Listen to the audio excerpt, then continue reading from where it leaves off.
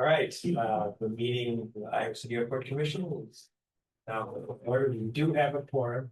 We're missing one member. The member who's missing is our president, so we need to determine that one of us will act as president. Usually that's the secretary, which is me.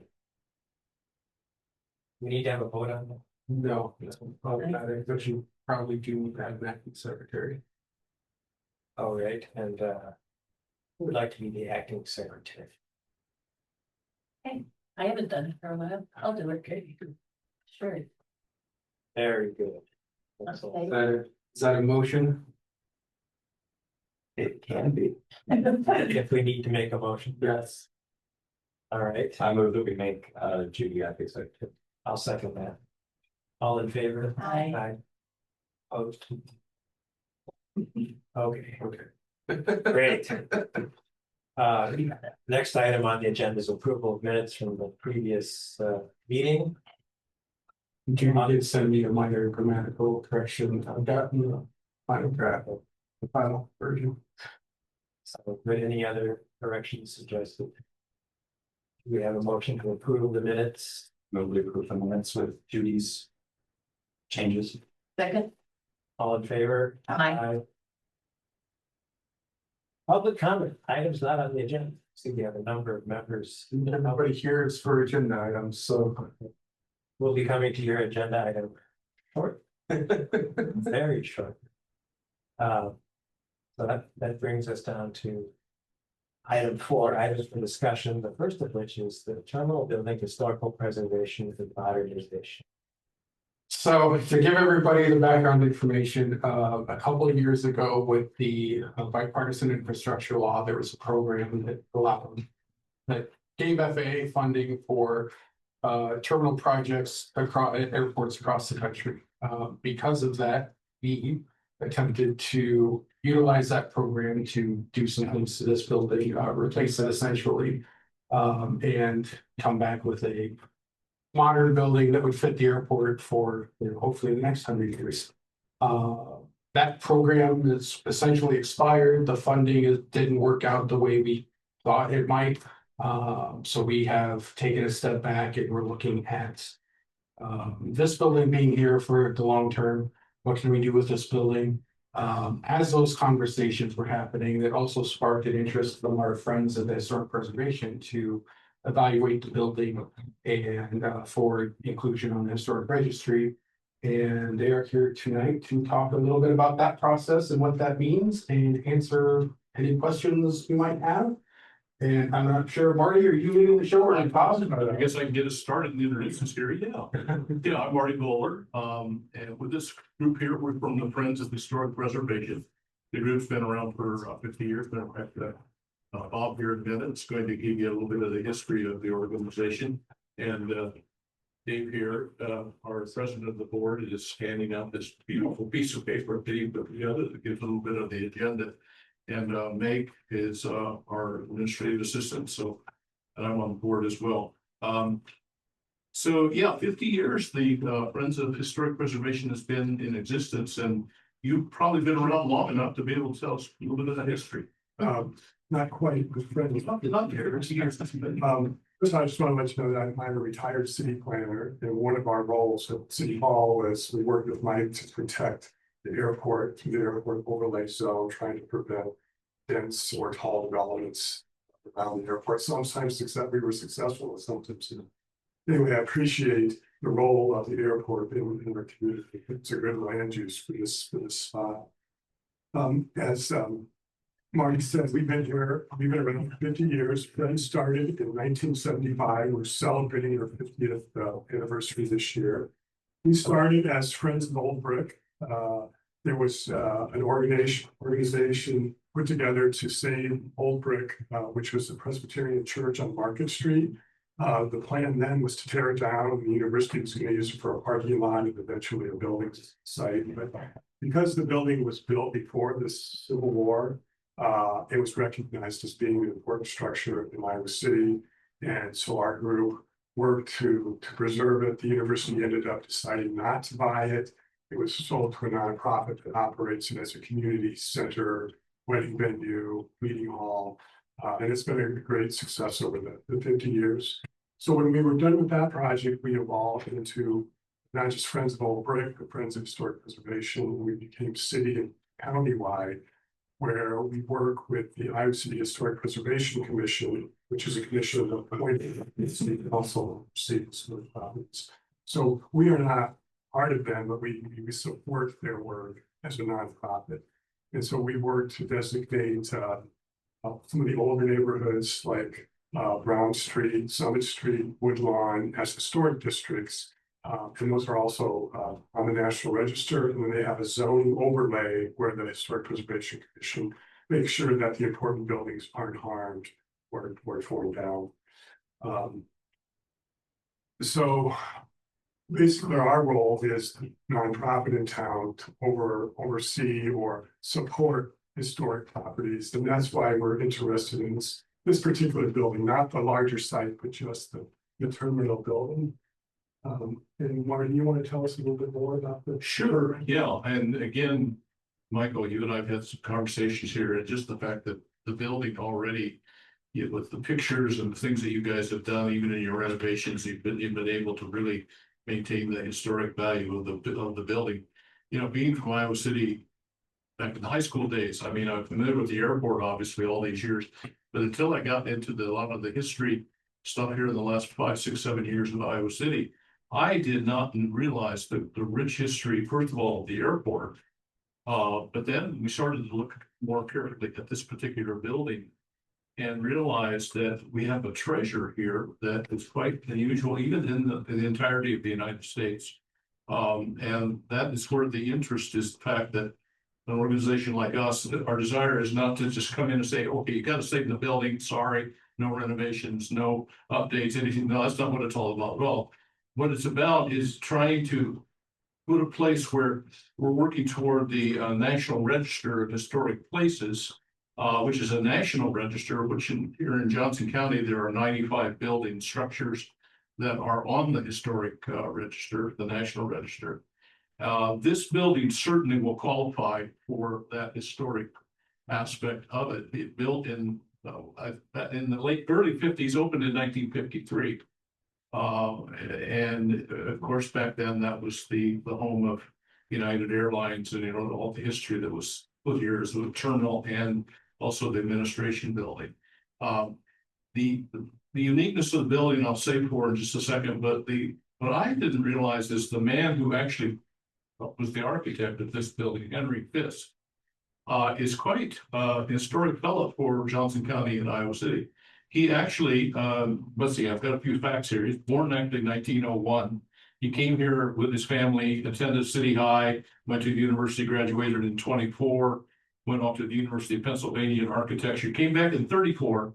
His first big project as an architect, and as best we can tell, he is Iowa City's first registered architect. I mean, we have people designing buildings prior, but he was the first registered architect in Johnson County in Iowa City.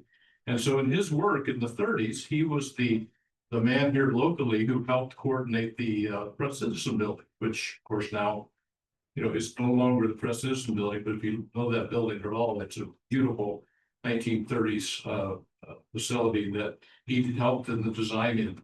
And then he went on, I'll come back to the airport building, but he came on to actually do both commercial and residential work until he died in the early 60s. One of his partners, Roland Weiner, who's actually still alive here in town. Roland and Henry Fisk designed the Town Crest Shopping Center when it was opened way back in the 60s, late 50s, 60s. The Iowa City Civic Center. They designed the fire station, the downtown Robert E. Lee Recreation Center. He's had his hands in a lot of Iowa City history. And quite honestly, talking to some of the city council people, this building really is probably the most original, still in its original condition of what was designed of all of his pieces that he's been done. We have a person who's done a lot of work with the National Register, and what they have found is this building, as airports go, there's a couple of airports, one in Cincinnati and one in New York, that have the same qualities architecturally that this building does. And here's the unique combination. It was built in the 50s, so it has a kind of a 1930s pre-World War II feel to a lot of the design to it. But as you can tell with all of the glass and everything, it also had a kind of the jet age 1950s design. And so that's what's unique about it, is he combined like a 1930s, 40s deco type of feel to the building, and then put the jet age 50s piece into it. And that is actually what makes this architecturally a very unusual building that remains in the United States as far as an airport terminal. So all that said, we have a treasure that I didn't realize we have such a beautiful example of, first of all, the guy here in town that is well known as our first architect, and then the actual beauty of the building that has been maintained in quite wonderful ways. So that's kind of the background of why we are interested in helping it become part of the National Register of Historic Places. I think the big question talking with Michael is, okay, so the airport commission, what does that mean? Does that limit us? Does that cause problems for us? And those are the kind of things that we want to be able to discuss with you, because in some ways, I don't think that really limits you. It really probably opens up more potential possibly for some things. So I'll leave it at that, and maybe Dave, can turn it over to you, or maybe some good questions as well. To emphasize a couple of points, too often when the preservationists show up, oh no, here's the albatross around our neck, this is going to cost us more money, this is a pain, and blah, blah, blah. That is the opposite attitude that we are trying to portray, and that's the opposite attitude that our organization has. Our mission is, yes, to protect buildings, preserve them for the future, but we also have an eye on the environment, and we also have an eye on economic development. So one eye towards the past and also one eye towards the future. As someone who lives in this community and loves this community, this is a diamond. And you guys know it. You have been wonderful stewards of the facilities, of the economic impact that we have as a city and as a county. Too often we're competing, with Cedar Rapids or even with Dubuque, maybe Wichita or Lawrence, but we're at that level where we're soon going to be competing with Ann Arbor and with Columbus. And to do that, the airport's going to have to continue to grow. We want to be a part, we want to be a partner, we want to grow with you during that process. We want to help you to find grants so the money can be held available. We want to help you find architects so that whenever we do this, when we grow and we hold on to this beautiful building, we do it in a way that's cool and people are still drawn to. And I love hearing talk about the next 100 years, because that's really what our goal is to value the past that we have and also focus on the future and want to build for the next generation. We'll open it up maybe to thoughts, questions, things like that. Michael, you and I have had some conversations about it. We do have a gal who has done work with the National Register, writing up all the paperwork that needs to happen with that. And she will be a marvelous resource for both us and for you, as far as the potential things. She's done some checking on the kind of things that can be available for buildings that are on the National Register, that can be very advantageous for expansion and growth and things along those lines. So We have a number of challenges that are of concern. One of the reasons that we were really considering the new building is, first of all, the footprint here. We have we really don't have any other place to put a terminal building. So people can land their airplanes and have them serviced and get fuel and all that sort of thing. And so we have this footprint. Maybe we can go up either side a little ways, maybe go up. But this is it. And the other major challenge is the state of the building. We've done our best to keep the rain from dripping in here all the time, but every year we have their pails on before the heat and the air conditioning is terrible. Electric, we have things that close as late. From my perspective, as someone, so I work part-time here as a flight instructor. And from my perspective, I don't see that it's a beautiful building, frankly. To me, it's a brick box with a flat roof, and this isn't a Frank Lloyd Wright building. So the fact that it's old, does that make it a jewel. I have a hard time. That's just my personal perspective. Well, again, it's not just the age, in fact, the age is not as much as the architectural uniqueness to the building. I personally like the way it looks. But I'm not here all the time either, but I do know. It's falling apart. And to fix that. If you're gonna have to redo wiring and you're gonna have to redo electrical and of everything, and you're gonna have to redo. Water and where everything goes, it's gonna be tearing it apart inside. Anyway, and with the roof leaking, you need a new roof. And We need what- some and we space. need more space. And I love these glass things, and I love that there's glass on the other side, and I was here when we made the decision to kind of keep that while remodeling that section, and I really love the way that looks, I think it's comforting to have people come and see something different like that. But if it's leaking and air goes through and, I mean, if you can get grants to fix that things, that's great, but we need so much more space. I mean, we have four people trying to use one little room where they're working with training pilots, and that's one of the big things with the airport, you've gotta have pilots coming through. And who's gonna fly you someplace in the next 1 year, you know? So we need more space for that, and then we need more space for like Jet Air has that little space. And you have what, 49 people that work with you or something, On a daily basis, yeah. yeah, yeah, and so they've got a little space here and then a little space over there. And they run everything, of course, they keep track of it. They need more space. And the only way to do space again might be going out this way, we could get a little bit. If we could do that and go up. But then the other thing is, you know, yeah, if we go this way. It's got the lower thing, could we add on another way? Well, we're doing that, won't that change the whole problem of the bottom of it not being made to handle the weight of coming up? So where do we add on? I mean, I didn't really like the new drawing of it, looking through the airfield, I did not like that. However, the back half of it, I knew we needed. And I'm not sure. I'm not sure what else can be done. I mean, do you have architects who can do that kind of stuff? We aren't architects, obviously, but there are, and you'll probably work with an architectural firm that specializes in airports. And it would be great if they could subcontract with an architect that also deals with historic buildings. But there are countless examples across the country where historic buildings have been added on to, doubled in size.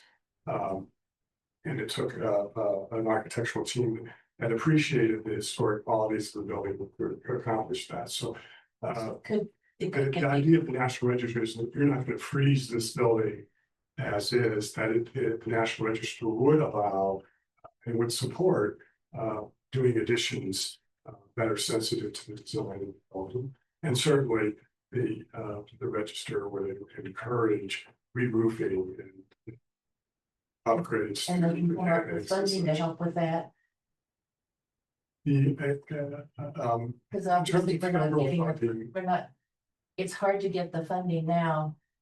Federal, state, whatever. It's harder to get any kind of funding for anything. And it's unfortunate in terms of federal funding, it's pretty tough across the board. But the one area where there's still some bipartisan support has been for historic buildings. There are on both sides of the aisle that supports anything. So whether that works in favor of That might help a little bit on that part. that's where the National Register would help. That does open up possibilities for everyone to tax credits and. I'm just curious about the architect as well, is. The fact that he was an early architect here, does that make his work? Is it truly significant on a national basis? You can feel like this was a really notable architect, and this is a really notable design. It's just I mean, its shape is a rectangle. It has. Well, beauty's in the other, Yeah. but A lot of us find that it's a very unique building and it was looking forward, it was almost space age at the time it was opened up. So we think it's quite a beautiful building, and it is the Press Citizen Building, which is now a senior apartment building downtown. It's a jewel box of design. And the National Register, that's what they will decide once we submit the application. Does this building rise to the level of significance? And if it doesn't, they will reject the nomination. We're pretty confident that our knowledge and the consultant that we're working with, this is a very fine piece of mid-century architecture. My perspective is going to be a little bit different from theirs. First of all, I agree with you that it has historical significance. And this is we're the only airport west of the Mississippi that's still in the same place for the last 100 years. That's the story that's been told. That's the story that's been told. So we're just the victims of history. So here we are. And I recognize that this building has been here for a lot of it.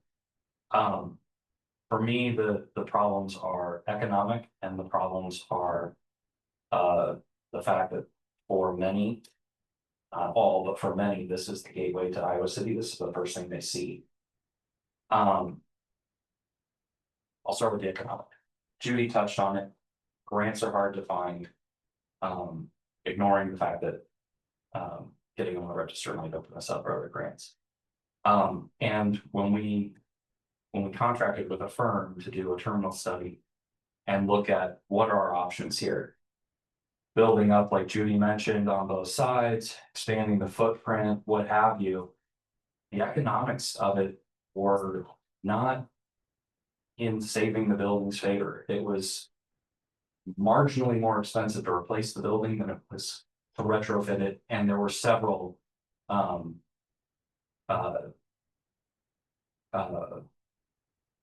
drawbacks to rehabilitating the building rather than building a new one. And so we made the decision as an airport that hasn't had a lot of room further that we wanted to pursue replacing it. So I don't want to diminish the importance or the history of the building, but economically it's a problem. So that's one concern. And then there's the gateway to the city idea. I have traveled, I hold a pilot's license, I travel with it, with my wife and kid. I know you travel a lot because you fly. We have seen a lot of other terminals, and this is not, I won't say that this isn't one that the folks tried, but it doesn't look like the other ones, and not in a good way. Like you can tell that it has been here longer than perhaps we would have liked it to, or that we haven't been able to do with it what we would like to because of funding or whatever. Ottumwa is a great example. Little Ottumwa has one of the prettiest little terminal buildings I've ever seen, and they live on, and that terminal's on an airport that used to be a naval training station in World War II. So they have history. They've done a wonderful job with their terminal. It feels welcoming. It's bright. And I don't know what funding they found to do it. High ceilings and yeah, and it just looks nice. And so, you know, the people who go to Ottumwa, when they go to their airport, they walk in that terminal, and I know I was pretty proud. I'm like, wow, what a cool town. We just don't have that. And it's not because, you know, it's not because the terminal has history. It's not because it was designed and architected by Henry Fisk. It's not any of those things. It's that we just haven't been able to take care of it. It's starting to get more and more expensive to maintain. And at a certain point, we have to make a call. And I just don't know what to do. We have two nice rooms in this room, and we have the lobby, which is not as nice because the ceilings are low, where it feels dark even though there's windows there. And of course we have the glass block wall, which has some kind of ventilator stuck in the front of it. Anyhow, it's as always. At least since I've been here. Whatever you have to basically. I don't know, it's now I understand that this airport has history, and Henry Fisk designed this, and it was built in the early 50s. but it just doesn't serve our needs. And I would have to agree with all of them. And adding the functionality which you mentioned a little bit about it. We have to think of jet air. Regardless of anything else, and they need space. And that they help the airport in many ways. They help us to be self-sufficient, they help us to. Maintain some of the grounds and even the snow. So we are a team with them. So we have to value all they do for us. In a way of showing that is. Getting a space for them that is functional for 49, 50 people to be working at. Unfortunately, the building doesn't have the capability for us to expand or say, oh, we're gonna take this wall down and open it up for them. And you mentioned like adding space, yes, but is that actually enough space that they're gonna need? Every year, everywhere, it's growing. Like any space, any department that you go, they're growing. So it's not just for the people that are currently in, but we also have to think of how this is gonna look like in 5 years, his team. So I do appreciate the historic portion of the building. I do not like it as well. It doesn't look as precious and, but, I mean, I appreciate the fact that it's been here so long and the history about Henry Fisk. And I appreciate you guys coming today and sharing the story and the background of it with us. But again, I would have to agree with them, but we have discussed this many meetings. Because we thought about the historic portion of it before we even thought of tearing it down. So as Chris mentioned that we also have had that terminal study. So it's not, we're not talking out of feelings or thoughts, we actually have had the facts of comparing the cost of either or. I'm gonna flip the script on you a bit, because I want to be transparent and say that I'm not necessarily opposed to it. The idea of getting them on the register.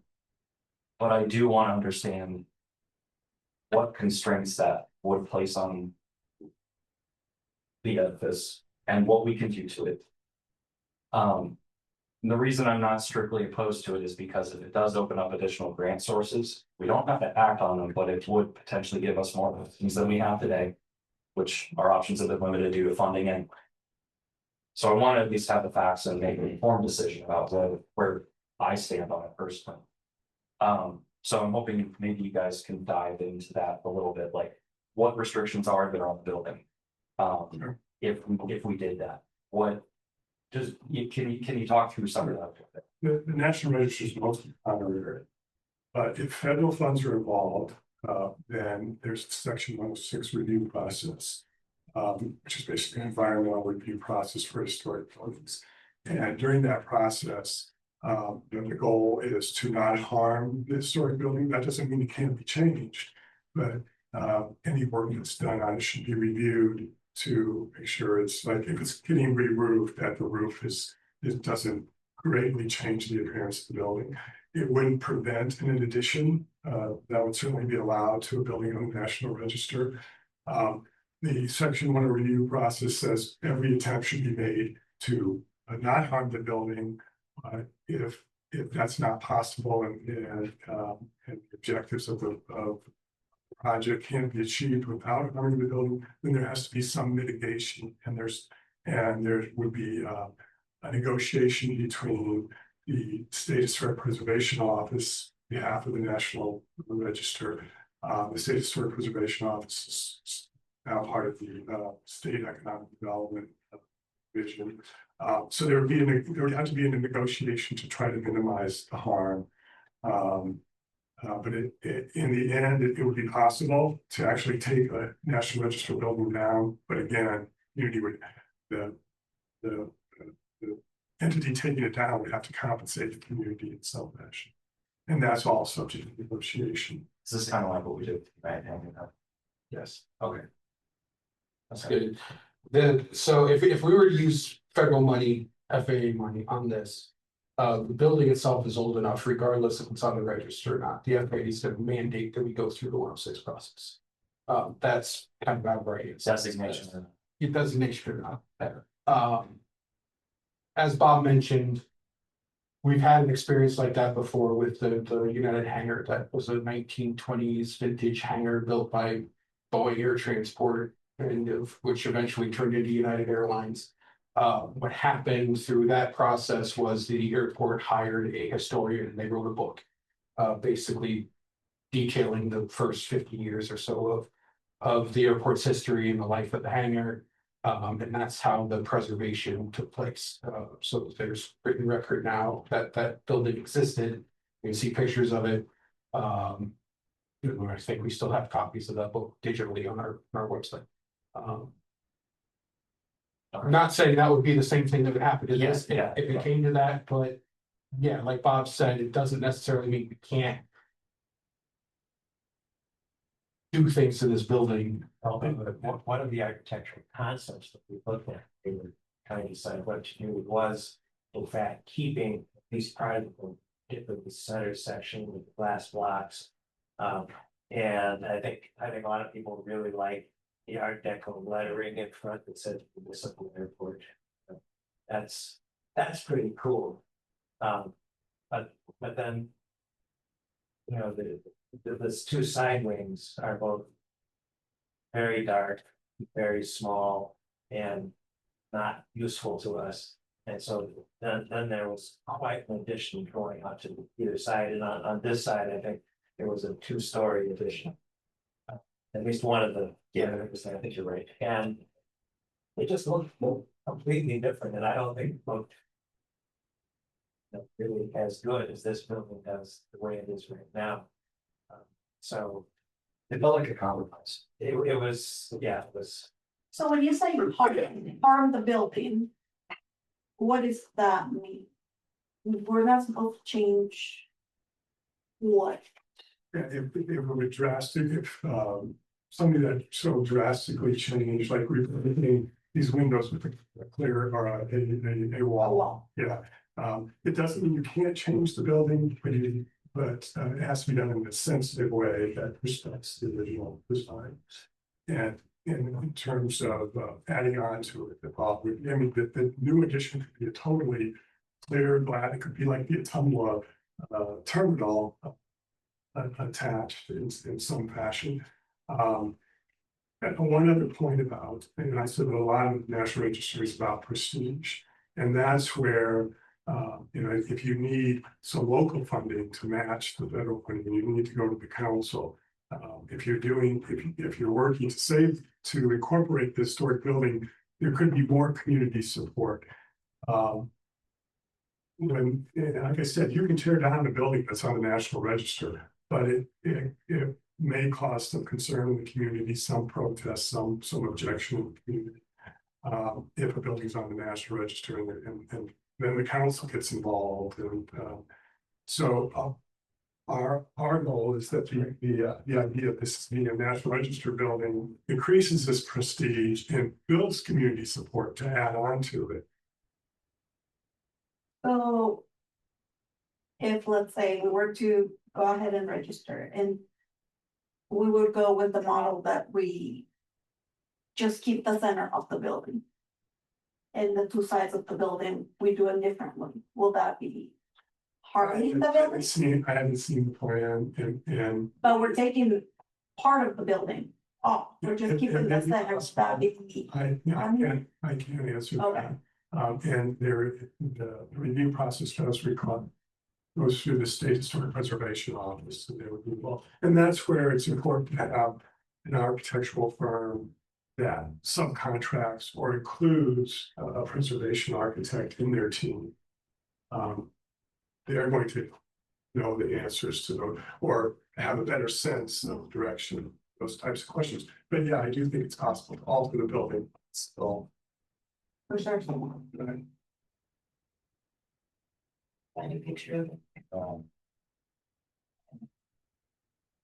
And our hope is that it would go in that direction where it would be a cooperative effort between what you guys need to go into the future. And us trying to maintain the architectural value of this particular building. Our hope is within our organization again, like you mentioned, Bob, is that the community becomes much more aware. I was talking with you about this, Mike, but a lot of people in the city don't understand the value of this place. And how can that preservation of this be a tool that also helps them bring more awareness just to the airport in general. That would be one of the selling points for us, is that, okay, we have an airport who wants to save this, they all expand, we're gonna try to put these two things together, which isn't easy. You have to work with architects that know how to do it. But I think that's what would be the end result. It'd be a win-win. That you guys would have a place you'd be proud of, that meets your needs. Your community would have a something of value that they remember our history. I think that again, does funds come with that? Well, it comes when people support things. But we So did do the artwork that showed sort of the history of the airport. You probably saw it there on the hanger. well, you guys, what's really cool, you've got a lot of historical things here already that help. Like there's some buildings here in Johnson County where we don't have the tools like that to be able to tell. For example, on this story, we just recently worked with the Poly Eyes building. A lot of people know it about pizza. That's why people say, oh, I know who's Poly Eyes. But we didn't really have an awareness in the city of how deep the history was beyond that. And I think that's probably in Iowa City. In fact, they know the airport's here, but they don't know a lot of the history of the airport, this building. And so there's a lot of publicity and all the materials that you guys have that it would seem to me the public knows, oh my gosh, we have a treasure here. Maybe money follows that. I know, I don't know. I know money's hard to find, but it might be a win-win, I guess is the way I'm thinking of it.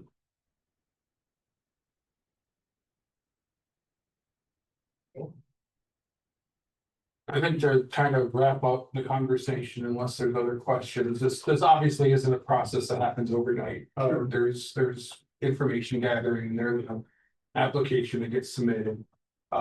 If the airport commission wants to take a stand one way or the other, support or not support, there would be an opportunity to object to the inclusion on the registry. That's a decision that could come later. Once that application has been made. But beyond that, at the end of the day, I look at it from operations, access to money. I mean, it is an expensive building. We just went through the space needs study. We know we lack space. We have a general idea of what it would cost, not only to build a new building, but also kind of some ballpark numbers of what it would take to expand this existing building and redo infrastructure, interiors, HVAC systems. And there's really no avenue for getting that money at the moment. So we could, The state program, the state aviation program that supports vertical infrastructure currently has a cap on it of $150,000 for new buildings. Did they double that? No, that's still 300 for it's 300 now for new and 150 for rehabilitation projects. So eventually, if we went for a state grant, we're only going to get up to $150,000. The FAA money, the problem is without a dedicated program like what was written in the bill, this never reaches a priority level where FAA is going to fund this. And because of the size of the building when it was created, the use of the airport now, about 2/3 of this building isn't eligible for FAA funding anyway. So that's another impact. so if we go to apply for this, we still could change our mind at some point.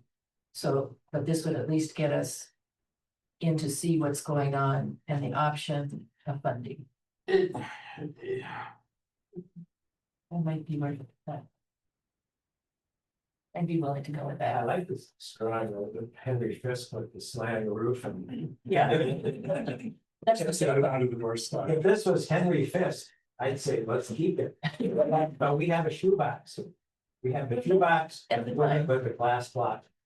And we have a rusty portico We with don't our need that now. deco letter.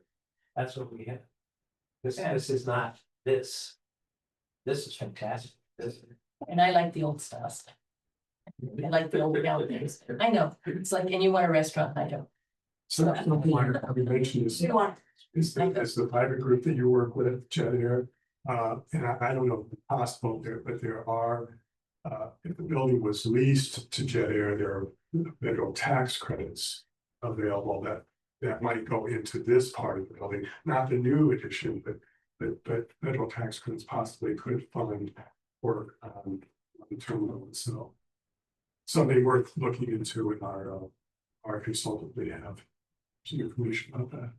Yeah, tax credits are one of those things because we're a government body. That's It it. takes a lot of hoops to get through to be able to actually get to them. So I don't know how easy it would be to have a project that would be able to utilize tax credits, but it is. It's, On yeah, paper. as you said, there's a lot of extra steps, but it has been done. Not necessarily for airports. I need to think about it more, yeah. I don't think we kind of make a decision. I think this is more about them just presenting their case and answering their questions. do you need any sort of decision from us, or is this? We just wanted to open the dialogue and the more people informed, you'll receive, these things. Nice. Where you know, things, questions, is one thing.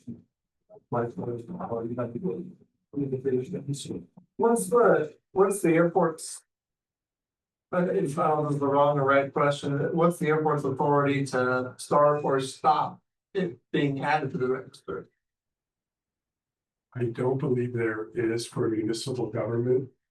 If it's found eligible, I don't, I could be wrong, but I don't think municipal government can prevent a national register.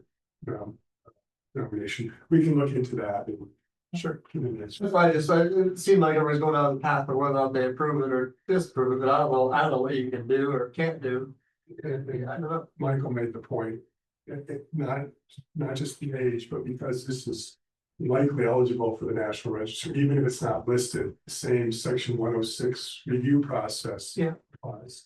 And one last point I want to make is on the economic impact is that anything we do to this building, whether it's replace it or add on to it, is going to be detrimental to airport business for the duration of the construction project, because we have short of putting jet air and temporary trailers out in the grass, they have to work and operate out of this building while we do something. So that'd be a reason to do an addition, that open. Well, go back. yeah. Maybe, but then airport business on that, you said that the wings are useless. I would say that they're incredibly useful and overutilized. And so We need them. a disproportionate amount of We airport need what business we is have, impacted, yeah. So we have to be careful. Yeah, we really thrown our hands over this one. They're trying to figure out what to do for what we're gonna apply for the grants. We really worked with the details. We have the facts. We paid somebody to get us the facts. No, we have a great space needs study. Yeah. I'm fully confident that's in the results. Yeah. We know we have space issues and that's been occurred for years, but just gave us the data already fast that we can point to. So beyond that, you guys are gonna continue down the exploration path, I presume, and we'll keep the communication lines open and touch base, and if commission wants to have this be I don't know what real decisions there are at this point, but at some point we'll get notice that the application is either submitted or you guys might let us know when it's ready. We'll keep you. And we can decide with that, but whether we want to support that or against, I think that's the main. Well, and can I suggest, besides talking to us, they talk to Jet Air? Because that's the extra space that we need, which can, and how long airport is down or what's happening will have a big effect on how things I mean, Like Mike, Matt is sort of nearly every day. Yeah. And sees, I guess, a different side of the airport than Mike does. I mean, obviously, two work closely together. Sure. He's Yeah. Yeah, but he's got a different ear to the rail than Mike does. And Mike will talking to. There's definitely benefits and negatives. The benefit of leaving it alone is that it never is disrupted. Yeah, You yeah. know, it's never disrupted. If there's ever a noise complaint, you can clearly point to the building and say, well, yeah, but it's been here for a lot longer than you have. You know, like, it is what it is. There's benefits, negatives, all of it. And I don't really have a strong opinion other than just the economic. If you had unlimited funds, you'd build a brand new building right next door and bulldoze everything and resituate every single thing and make it work. Money for no option. If money were no object, there's no reason to get rid of it. You know, that's the game. But it's just part of it. I think by virtue of just funding, I don't know that there are options. Well, we'll kind of move from the historic preservation piece to stick around for a couple minutes, because this might be worthwhile to hear. But Adam and I have been talking about, what we do with the current building. And Adam's got some kind of rough sketches of walking through the HVAC, doing kind of an inspection. I mean, you're better able to. You're doing a great job. Keep going, Mike. But we still need this part of it. I guess we're still in. Oh, yeah. Adam is he's the representative from the engineering firm that we contract with for a 5-year term. And so he oversees all the construction projects at the airport. The engineering firm, but also you kind of serve the role as general contractor with this. Yeah. Yep.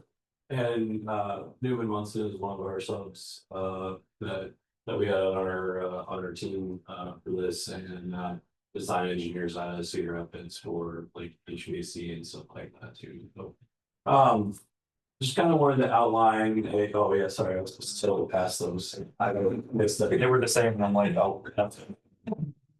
So just kind of wanted to outline some a scope of what we can do going forward in the immediate, but also in developing I would say more of an action plan to achieve the goals of doing something with this terminal. The space needs study was a great study, but you know, the next part of that is really how do we put it in action? How do we move forward with this? So I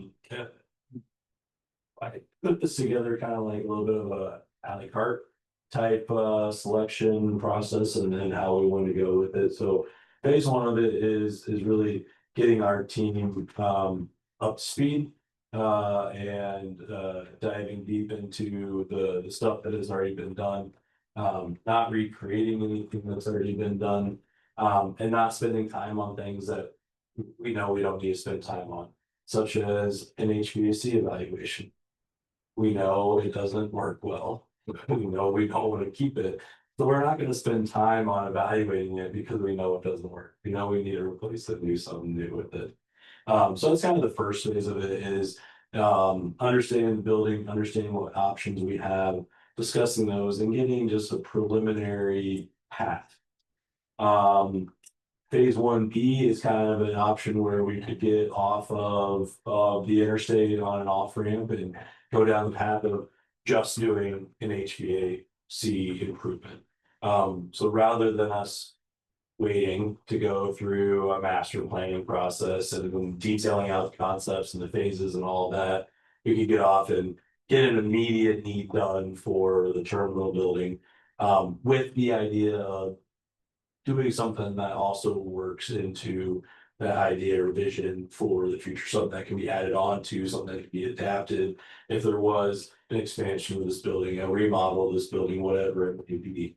And obviously it likely down the path of an electrification of the HVAC system that will really play off the efficiencies that we're getting with the solar project. Heat pump.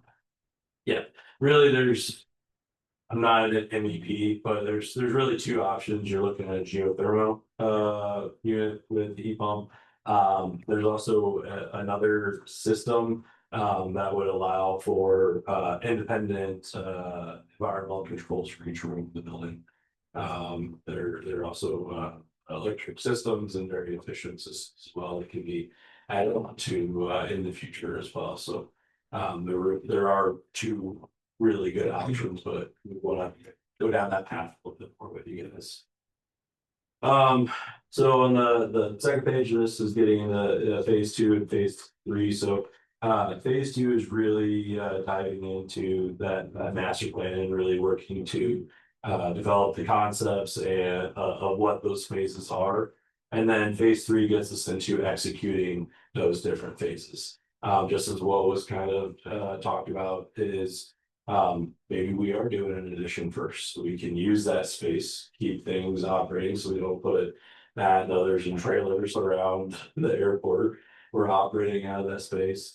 Another thing that can come out of the master plan is how do we maximize the expansion so that instead of it being 30% eligible for federal funding, we get it to a level where it's like 90, 95, 98% eligible. If we really focus on the public spaces for that expansion, it increases the area that would be eligible for federal funding.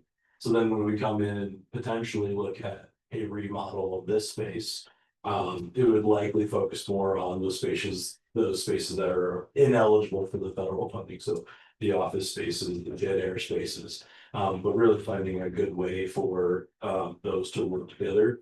We do think that there is a wonderful opportunity from the work that has already been done to really dive deep into the operations of this facility, what Mike needs to operate, what Jet Air needs to operate, what the airport needs to operate, and find a way to lay out the space, reorient the space in order to really maximize those efficiencies. We think there's a great opportunity there when we're working through the master plan process. So this is really just kind of an outline of where we can go. I think from what I've heard from the commission and from Mike as well, that we're probably phase 1 of some type, maybe even less than what we have preliminarily scoped out here, because there is a tremendous amount of information, both has already been done. And then probably looking at going down this phase 1B and taking care of the needs of the HVAC system, and then working through the next phases of this. But I don't want to be here for any questions, any comments on this before the next step from this is really fine-tuning a scope, schedule, costs, and then bring that to the Mike and the commission for next steps of that. So really it's stop the bleeding and then work on improvement. Yeah, and Because the HVAC is Sound.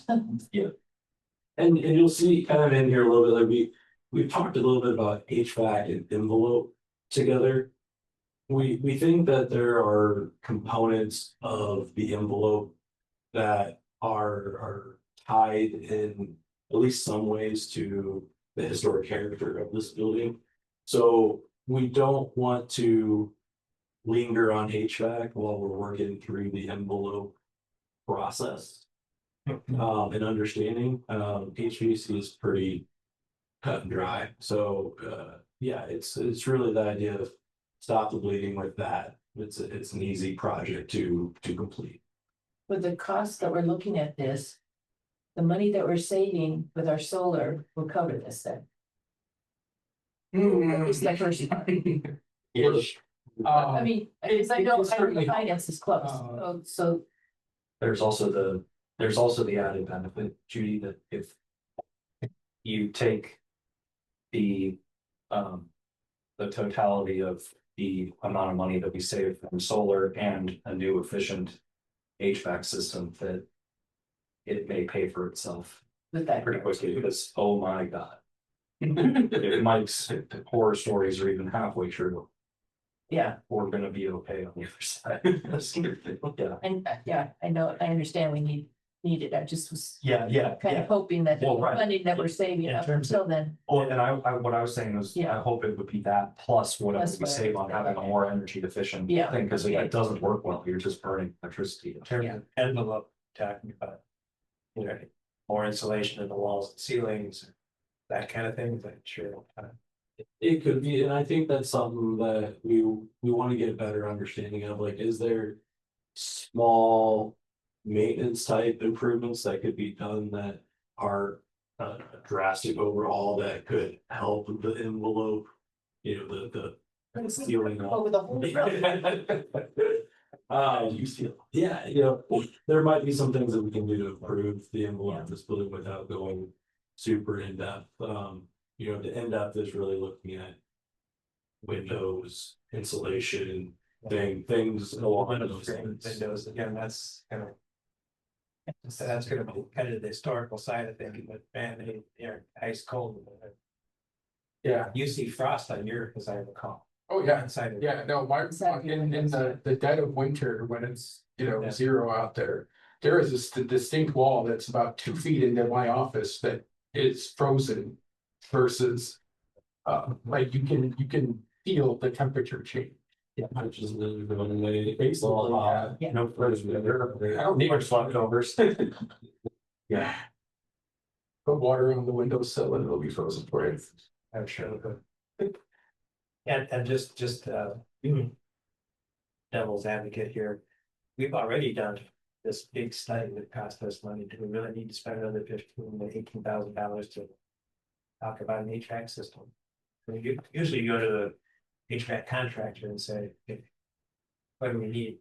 I think we need help in figuring out what exactly we're gonna do.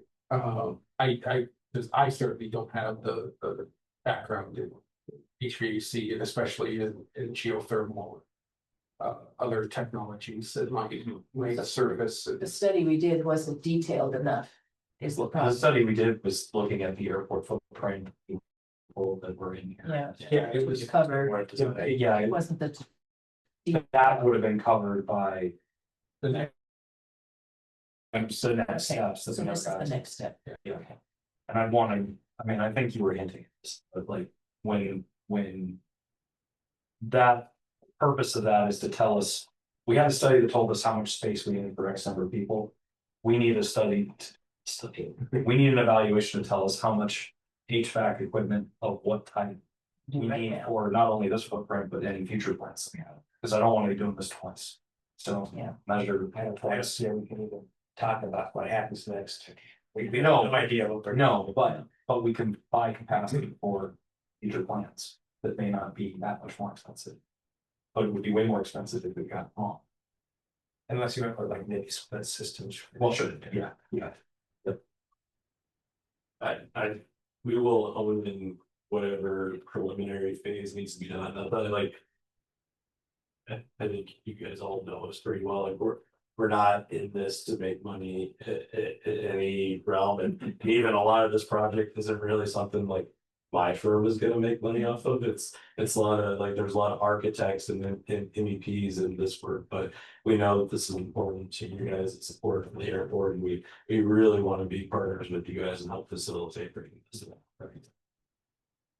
We certainly appreciate it. I mean, I think this is the beginning of that conversation of. We expect this building to be here for another generation. How do we deal with it? How do we fix it? How do we fix it and make it usable for that generation? That's gonna be. Coming. Okay.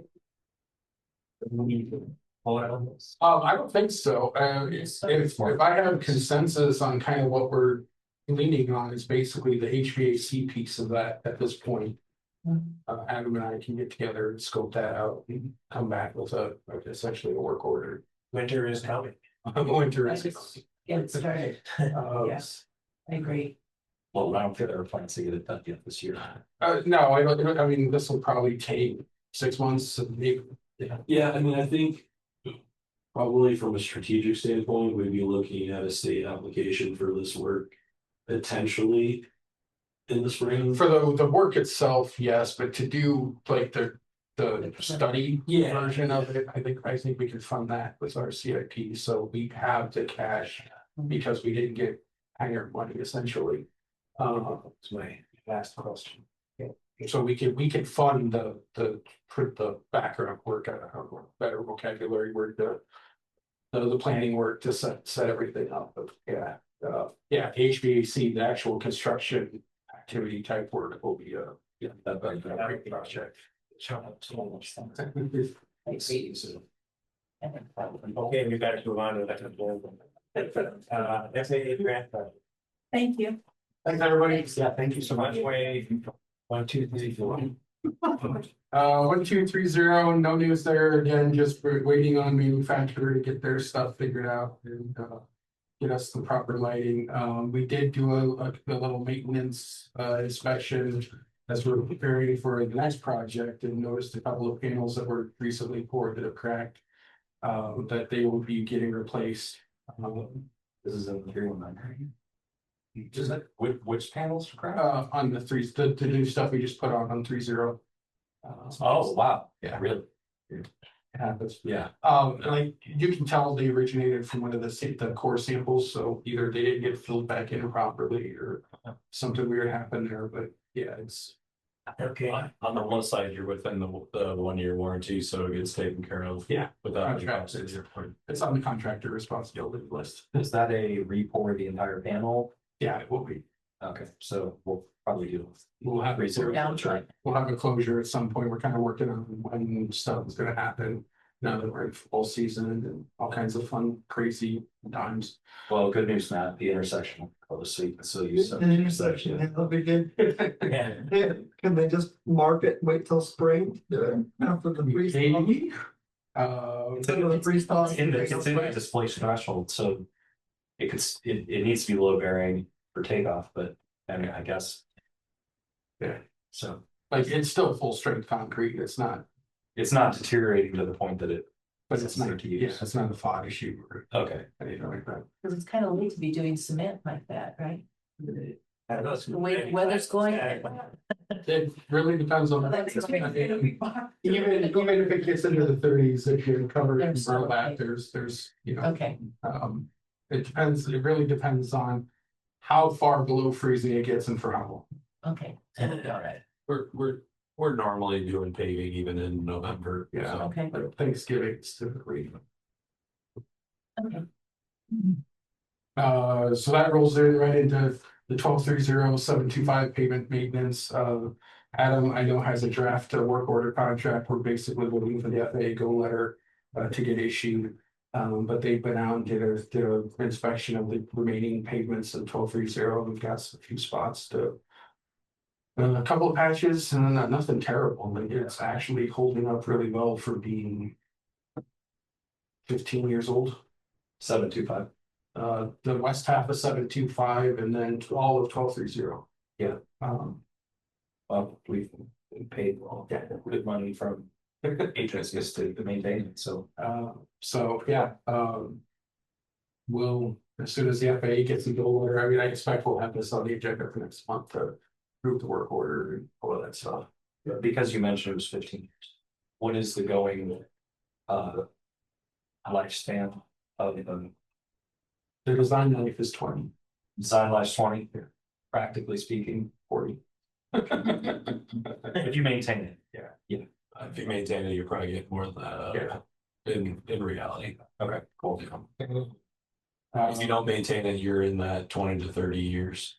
So. That's a green that I really like. I don't want to have that argument because when we do 725 again, we're gonna have to fight for thicker pavement to support the G4, G5s that we get.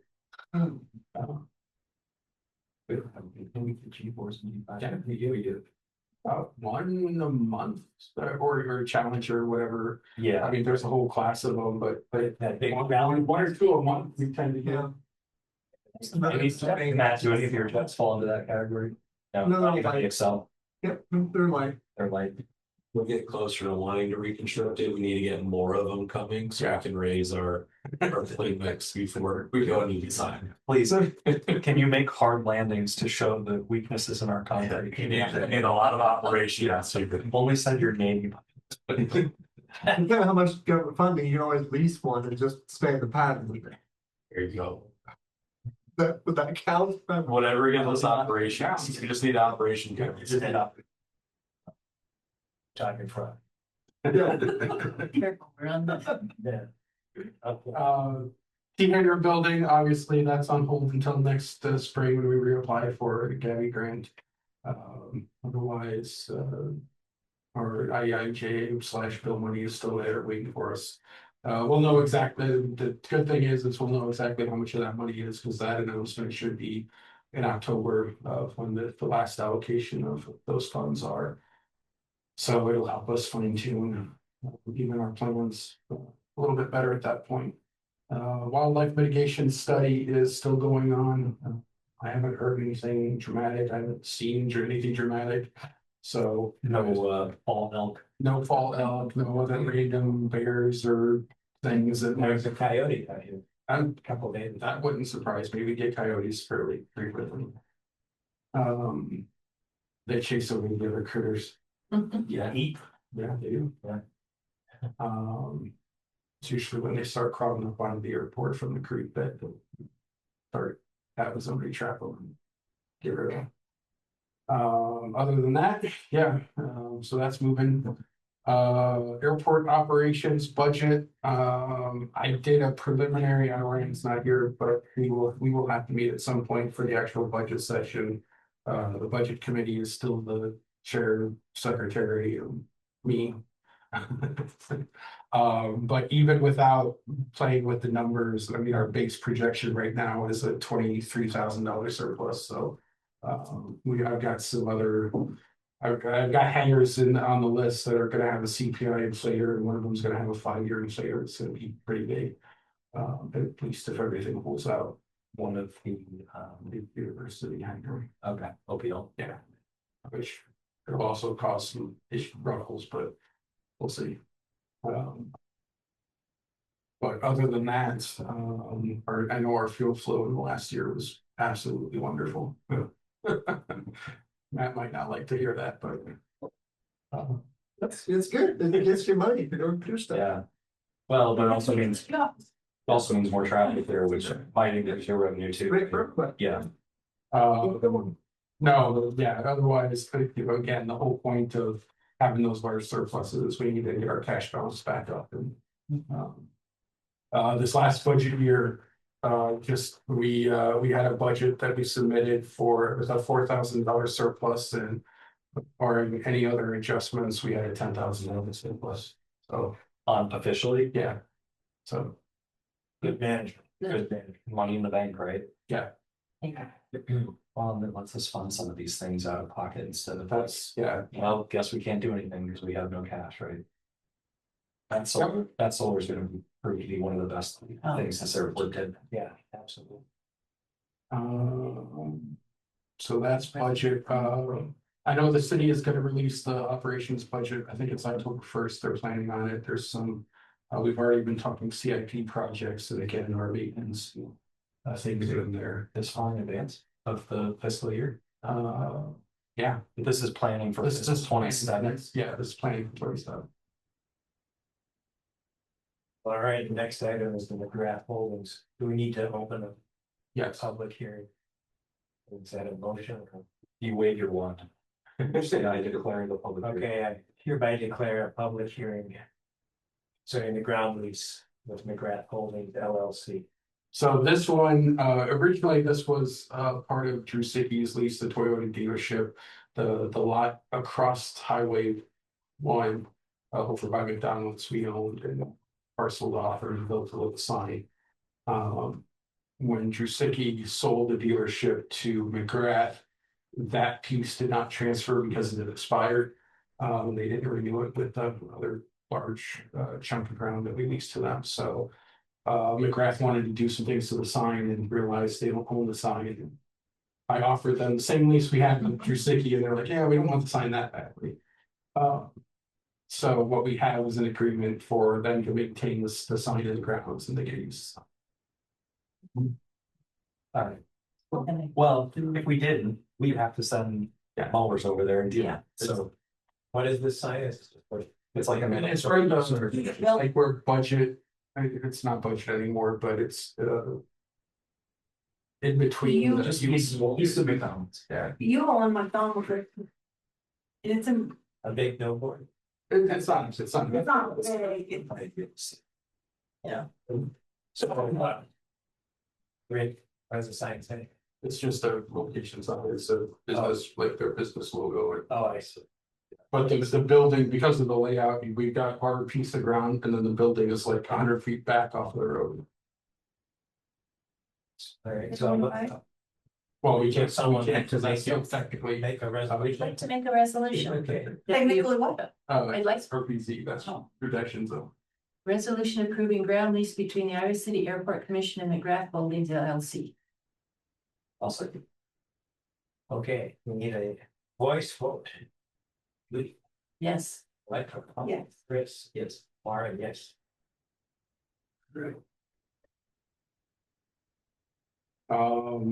Events, Young Eagles was had, didn't do too bad, it was like 45 kids got a ride.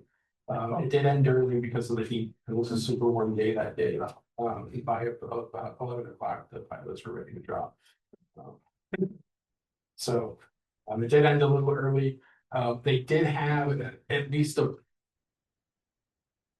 a way for people to do walk-ins and, wait list, people that had signed up for a wait list when people canceled, so everybody that showed up got a ride.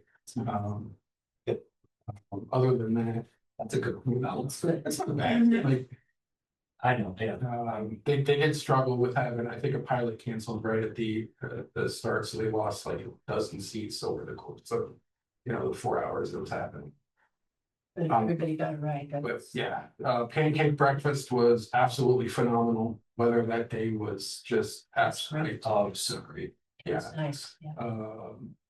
Lots of people, I think the place was pretty packed until like 11:30.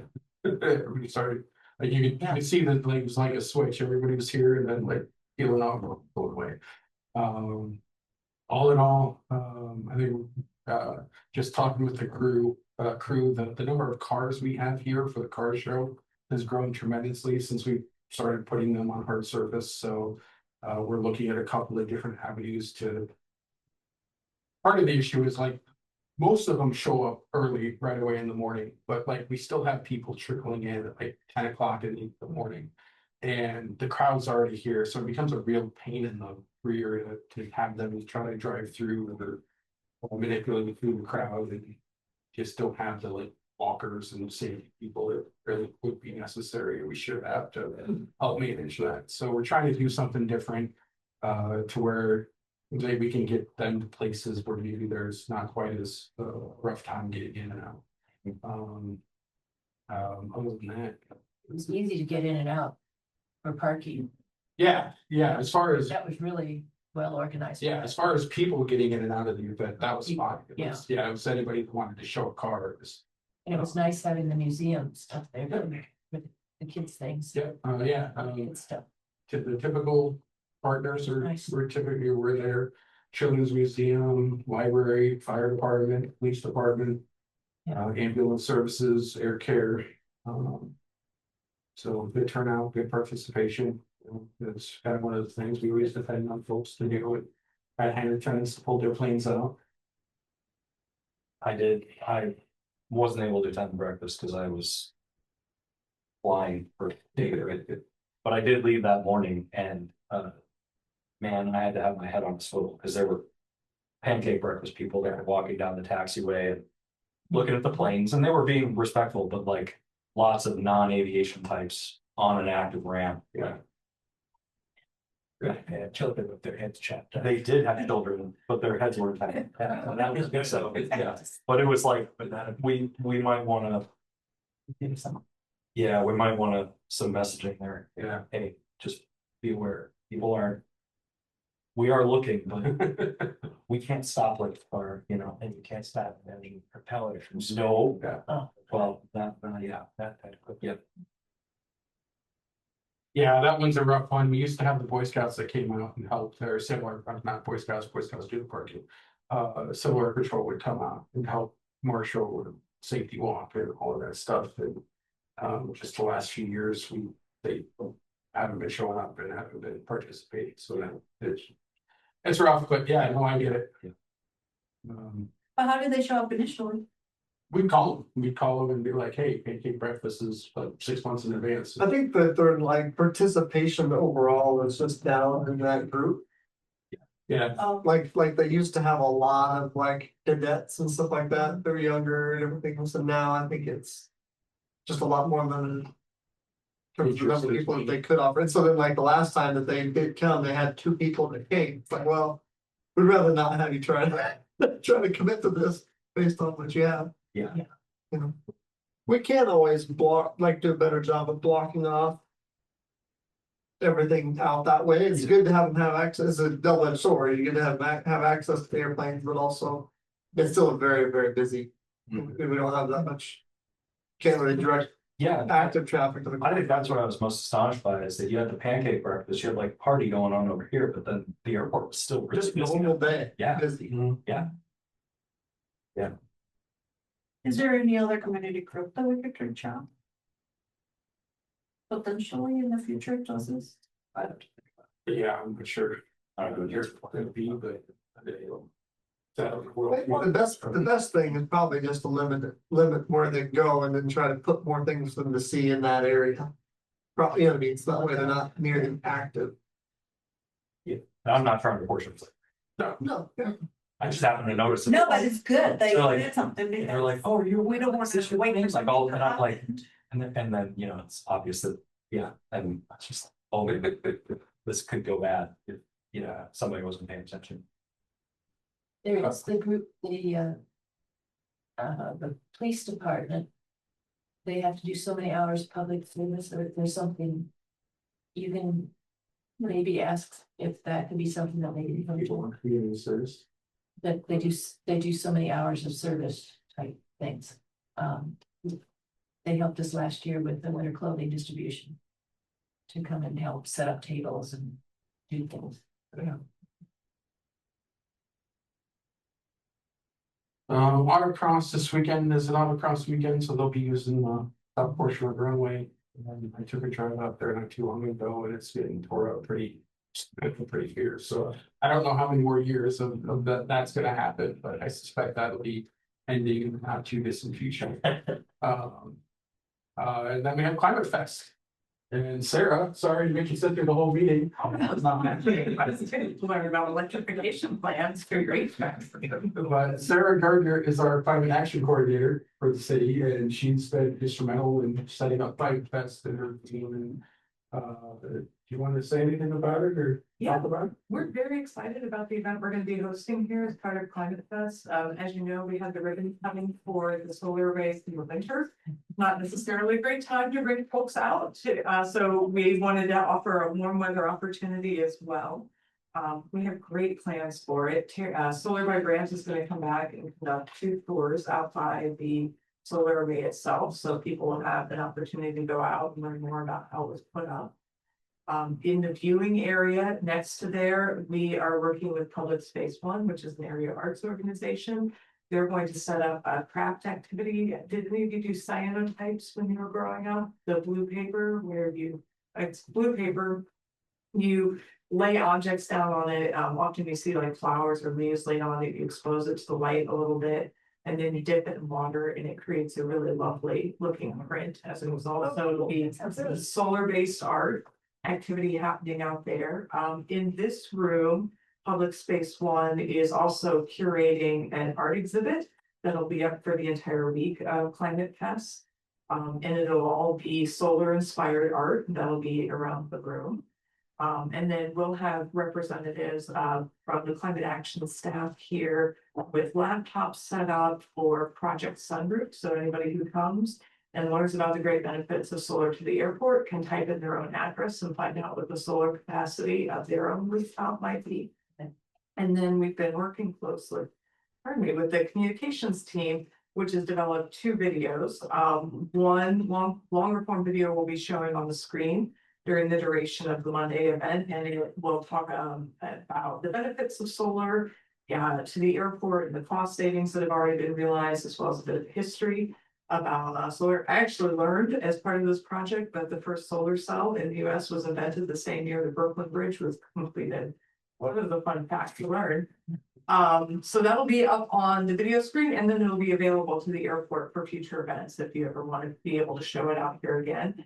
There's also a shorter video that Communications has developed that they'll push out on social media the day before the event, and hopefully to help drive up attendance. So our community partners that we're working with are very excited. We already know with PS1, we've brought out several people who've never been to the airport before, and they're excited to have a presence here. We're hoping we'll get several other people who are interested to come through. So thank you so much for letting us host that event here. We're really excited about it.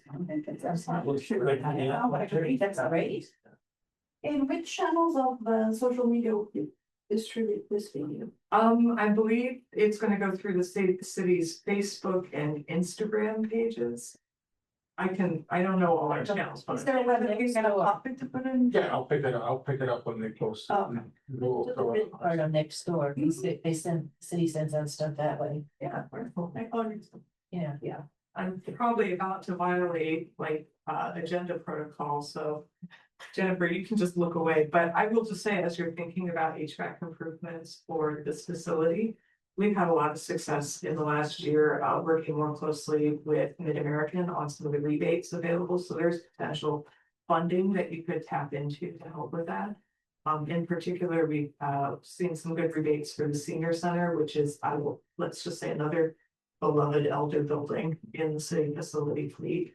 And if you engage with Mid-American early, you can get bigger rebates versus engaging them late in the process. So this is just my little plug to think about also looping Mid-American in on those conversations. And I'm happy to connect with the folks we've been working with on that. Oh, thank you so much. Yeah. We'll take whatever we get. And it's a win-win for the airport and the. Oh, thank you so much for finding Looks like we're moving on to Jen. That's good. Well, I don't have a whole ton other than this and that. Extremely busy, lots of activities. You can see the form. Sounds like a helicopter coming up. I don't. Challenger, okay. There are old windows that vibrate, so I can't. Well, yeah, activity levels have just been really strong for whatever reason.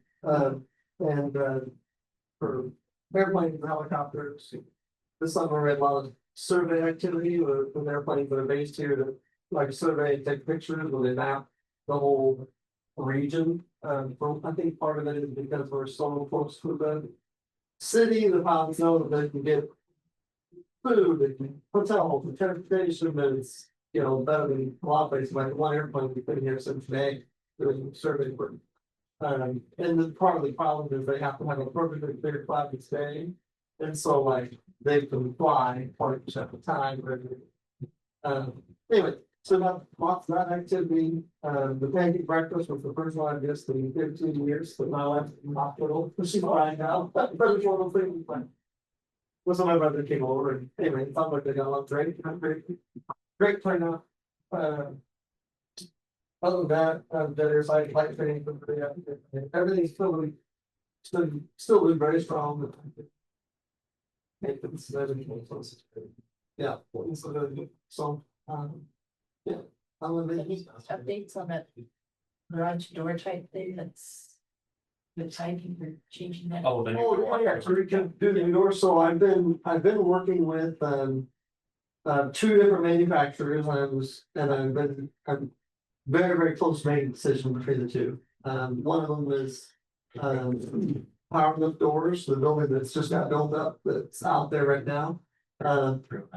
Yeah, those guys just did a Power Lift hydraulic door, so I'm able to watch the construction and some of that and see how that crew works. And the other one is a Kinsey hydraulic door, which is a newer design and a design that I really like, but also so far it's much more expensive. At the same time, we're working on that too. So So we'll see what we end up with. Trying to find a solution that's good and works well, which both of them will work way better than what's there. So like, that's not a big consideration, but also, who can kind of get it up with minimal downtime. Like that, so. Yeah, because when they do that, you're basically. You're out, yeah, exactly. So it's big, so so we're trying to figure out, if it can be done in a week or not, basically, which sounds like a lot, and it is a lot, but, with essentially a one-piece door system, it's a good way to go. The Cedar Rapids Airport has a brand new door that's the exact same as what we are trying to replace, but it's a strap version, same. And it's less than a year old, and they have all their airplanes outside because it broke. So, and it's gonna be another 2 or 3 weeks before they get it fixed, so. So we're excited about doing the hydraulic. Thank you. That's all I've got. Are there any commission reports? You have a question. What happened with the plane being relocated? Oh, Connecting to veterans. The plane out here? all of the people, yes, yeah, do you have any news on that? I've started to reach out. Getting people to call back has been problematic, but I did get a list of numbers and names from the county. That I'm kind of going through and trying to cash.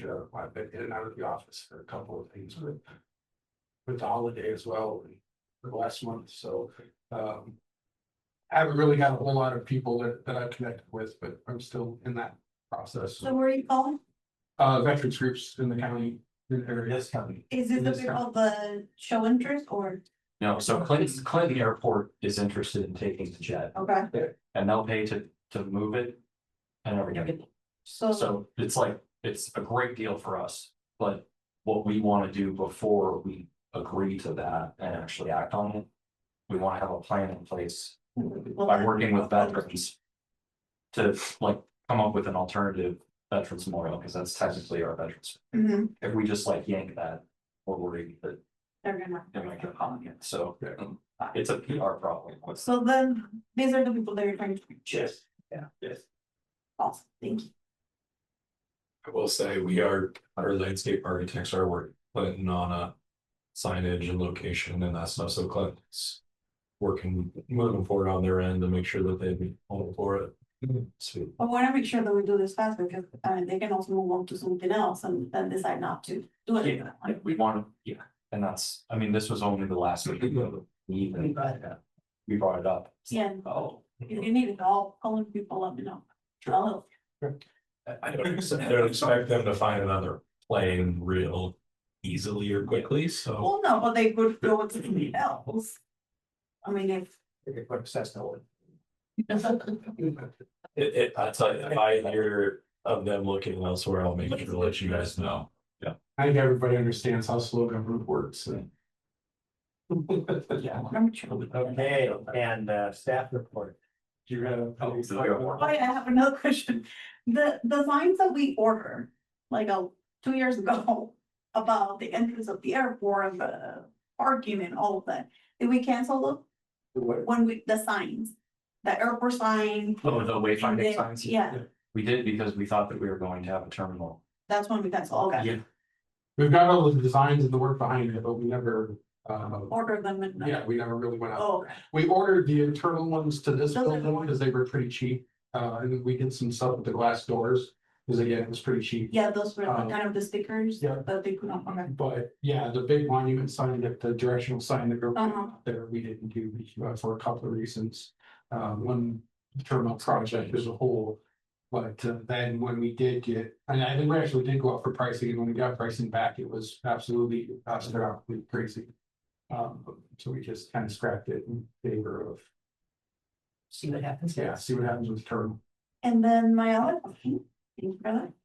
The second phase of the solar project, That money is going to the hangar project. So we killed the second phase of The solar. one that was gonna be out here. for, For more hangers, for more hangers. To be built. And then the people that were here like 3 meetings ago, that they were building a hangar or, I mean, Different project, so is that They're- back there, their own project, and then the one that we're doing is between the. the one that we're doing would be an extension of the existing T hangar settlers, the. This is gonna be what these are initially. So. Got That's what I'm trying to go over the, it's just like, I mean. No, but you weren't here, so it's helpful. So we've got these, Mike was at the center one that we're gonna extend off, so. We're gonna build hangars off of here and then we're gonna build concrete there. And then the people that are building. They are. And this one's got, Right. this one's got sort of concrete, so you can see, so we were Okay. gonna build here. Ish, Thank you. and then the new hangar that somebody else is building is right up here. That gets built. It is built. So they leased the land, Yep. yeah, collector, they leased the land from us. Mhm. And that was when we had the 50-year lease discussion. 50? Yeah. And then this is more about revenue for us by having more hangar space. Cause that's our. Biggest. Thank you. Okay, thank you so much. That's all the questions I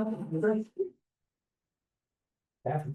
A couple of things, one quick poll, the city, if you haven't been watching the news, the city is going after. Or putting on the ballot a local option sales tax.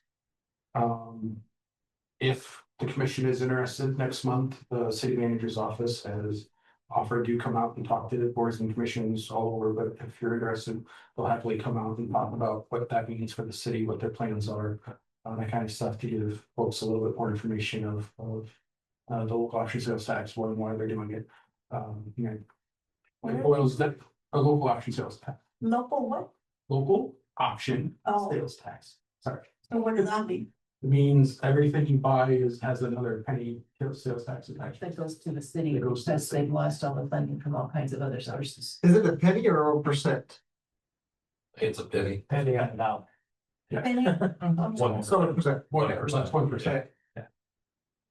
Okay. Yes, And the airport is getting half. no, No. I wish.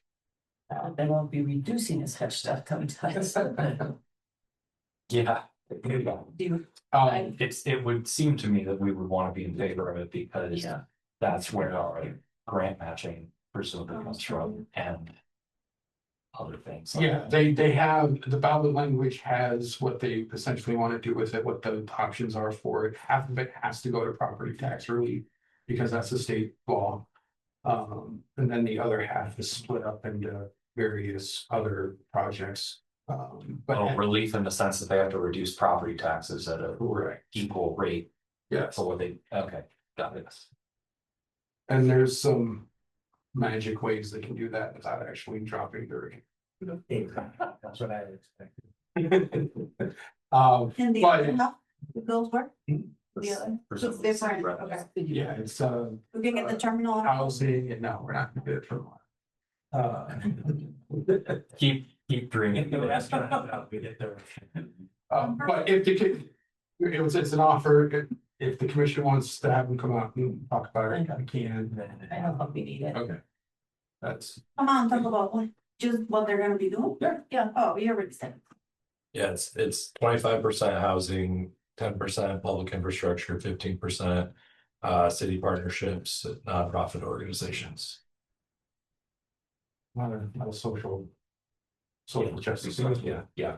Okay, so there's that, what else did I have?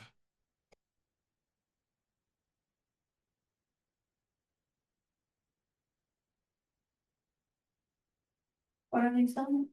Trying to remember my thoughts on staff report and what I was supposed to. Mike, I know you emailed it out, but I didn't know if you were gonna mention about the IPIP training. Yes. That's what I was trying to fish from my memories. I did it. So They're done, we're going. you're going to the live event at Terry Trudeau. Yep. Yeah. I haven't heard from Ryan, so I don't know if he's done it or not, but okay. And we haven't gotten our No, certificate. It takes about a month, like it took mine about a month to show up, and I went to the very first When one. you said it. came Was yours from- person or? No, Like, it's online. That's so awesome. ours, they're gonna give it to us. You on get, the no, you get, Okay. well, I don't know if they're gonna Yeah, be don't- distributed the day of. Read all your But emails. you'll get training at Terry True Blood, you'll get, I think it's gonna be pizza, but you'll get food. And the training at Terry Trueblood is gonna be by somebody from IPIP. Yeah. They're coming here. It'll be in person, but, so I would think they would also do certificates like they did for the, but I don't know that for sure. Yeah, I don't have a clue. But for those that have been online, it took about a month to get the email with the certificate. And the one that you mentioned. The 29th, is that open to everybody? Because the link was not in the website for the 29th. No, that's, No, I think it's just the city. It's city boards and commission. that is. But it's not listed in the page that you sent us. You have to, he signs a second. Yeah, but the first one is not listed there, so is it just the two of us taking the? No, No, it's for the whole city. that link has gone out. Okay, for You can- different stations, okay. If you look at the flyer, but there's a link in the flyer, the shortened link, a bit.ly link. That link is what I sent you. Okay, I didn't open the flyer. But it's not gonna be on IPIP's website, Correct. like where Okay. the webinars have been listed. This is Different. public for us, but private for. Yeah, somebody from IPIP's coming, but the city is hosting, Yeah. and it's gonna be city boards and commissions that will attend. Okay. I think that's it. If there was anything else, I've long forgotten it and I can't remember. I believe we're done. Any other business? Do we have any move to adjourn? I know we adjourned. I'll second. All in favor? Aye. Aye.